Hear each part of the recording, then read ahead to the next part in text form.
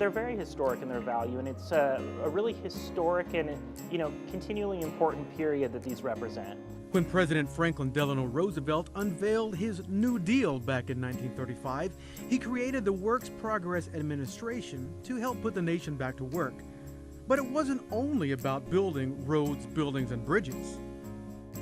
So the federal government at the time, people didn't have much at all during the Depression, so and artists especially, there was no money for art. So the federal government really paid artists to produce art throughout the period, whether that's the murals that people know from banks or a lot of other infrastructural projects, or actually easel paintings. So that's what we see on view here, 28 works by 26 different artists. Two of the artists are actually from Oklahoma, including A.C. Blue Eagle, a Muskogee Creek painter born the same year Oklahoma became a state. Female artists are featured here, along with a number of paintings from Russian immigrants.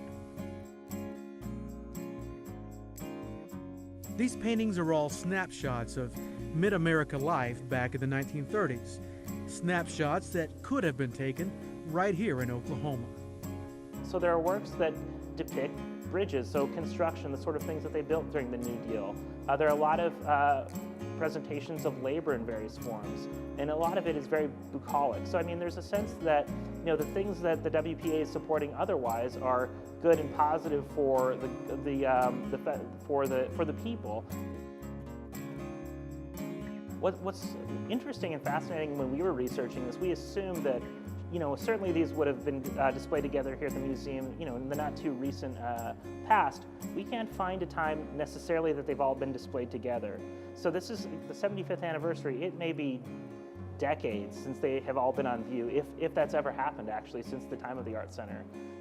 Having all these paintings on display at the same time is a tribute not only to the artist who created them, but to the vision of the Oklahoma City Museum of Art and its founders.